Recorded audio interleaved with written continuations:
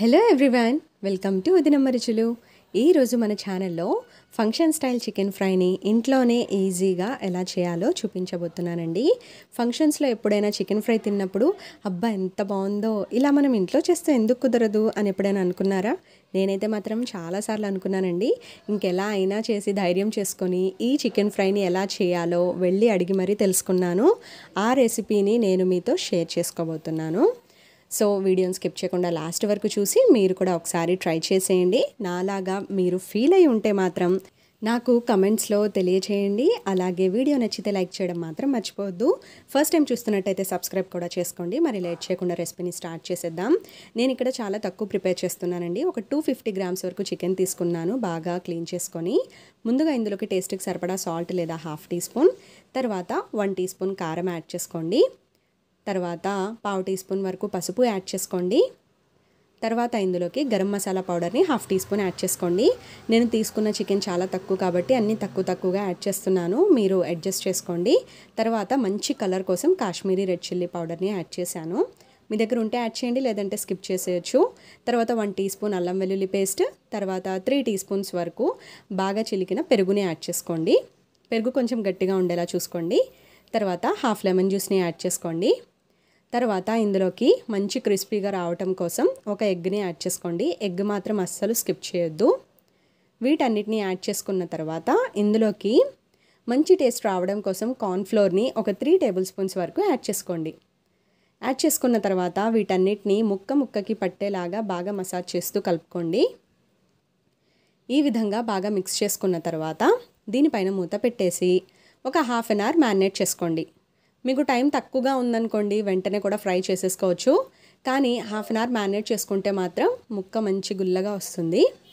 Half an hour తర్వాత stove on చేసుకొని బాండి పెట్టుకొని అందులోకి డీప్ ఫ్రై కోసం ఆయిల్ యాడ్ చేసుకోండి. ఆయిల్ బాగా హీట్ అయిన తర్వాత మనం మ్యారినేట్ చేసి పెట్టుకున్న చికెన్ ముక్కల్ని యాడ్ చేసుకోవాలి. చికెన్ ముక్కల్ని స్లోగా ఒక్కొక్కటి యాడ్ చేసుకోండి. ఎన్ని పడితే అన్ని యాడ్ చేసుకోండి. నాకైతే అన్ని పట్టేశాయి, నేను తీసుకున్న చికెన్ తక్కువే కాబట్టి.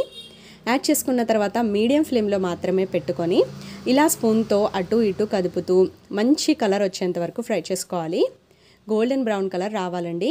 ఇవి ఫ్రై అవ్వడానికి ఒక 15 to 20 మినిట్స్ వరకు టైం పడుతుంది. ఆయిల్లోనే బాగా కలర్ వచ్చేంత వరకు ఉంచొద్దండి. ఆయిల్ నుంచి తీసిన తర్వాత కూడా బాగా కలర్ వచ్చేస్తాయి. సో నేను చూపించిన కలర్ వచ్చేంత వరకు ఫ్రై చేసుకుంటే చాలు. ఇక ఒక గిన్నెలోకి తీసేసుకోండి. తీసుకున్న తర్వాత మీకు నచ్చినన్ని జీడిపప్పుల్ని యాడ్ చేసుకొని వాటిని కూడా ఫ్రై చేసుకోండి. ఇక తర్వాత గార్నిషింగ్ కోసం నేను కొన్ని పచ్చిమిర్చిలను కూడా ఫ్రై చేసుకున్నాను. అయితే పచ్చిమిర్చిలను యాడ్ చేసే ముందు కొంచెం ఘాట్లు పెట్టుకొని యాడ్ చేసుకోండి, లేకపోతే పగిలిపోయే ఛాన్స్ ఉంటుంది. సో వీటిని కూడా బాగా క్రిస్పీగా ఫ్రై చేసుకోండి.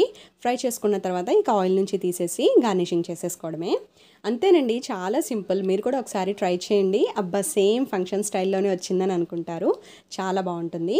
అయితే ఇక్కడ ఒక సీక్రెట్ ఏంటంటే, చికెన్ ఫ్రైని మనం ఫ్రై చేసిన తర్వాత ఒక గిన్నెలోకి తీసేసుకొని ఫైనల్గా కూడా ఇలాగ గరం మసాలాని పైనుంచి యాడ్ చేయాలంటండి. వాళ్ళు మాత్రం దీన్ని అస్సలు స్కిప్ చేయకండి అని చెప్పారు. సో మీరు కూడా ఇలాగా యాడ్ చేసుకోండి, చాలా బాగుంటుంది. గరం మసాలా పౌడర్, అలాగే మీ దగ్గర ఉంటే ధనియాల పౌడర్ సెపరేట్గా ఉంటే దాన్ని కూడా యాడ్ చేసుకోవచ్చు. నేనైతే గరం మసాలాని కొంచెం ఒక చిటికెడు వరకు ఇలా స్ప్రింకిల్ చేసుకున్నాను. చేసుకున్న తర్వాత పచ్చిమిర్చి అలాగే జీడిపప్పుతో గార్నిషింగ్ చేసేసుకున్నాను. అంతేనండి, చాలా సింపుల్ చికెన్ ఫ్రై ఫంక్షన్ స్టైల్లో ఇంట్లోనే ఉన్న ఇంగ్రీడియంట్స్తోనే ప్రిపేర్ అయిపోయింది. మీరు కూడా ఒకసారి ట్రై చేసేయండి. ఎలా వచ్చిందో కామెంట్లో చెప్పడం మాత్రం మర్చిపోవద్దు. నా ఈ రెసిపీ నచ్చినట్టయితే లైక్ చేసి మీ ఫ్రెండ్స్ అండ్ ఫ్యామిలీ మెంబర్స్కి కూడా షేర్ చేసేయండి. ఇలాంటి మరెన్నో అద్భుతమైన రెసిపీస్ కోసం మన వదినమ్మ రుచుల ఛానల్ని సబ్స్క్రైబ్ చేసుకోవడం మాత్రం మర్చిపోవద్దు. ఇలాంటి మరొక టేస్టీ, హెల్దీ మరియు క్విక్ రెసిపీతో నెక్స్ట్ వీడియోలో మళ్ళీ కలుద్దాం. Thank you.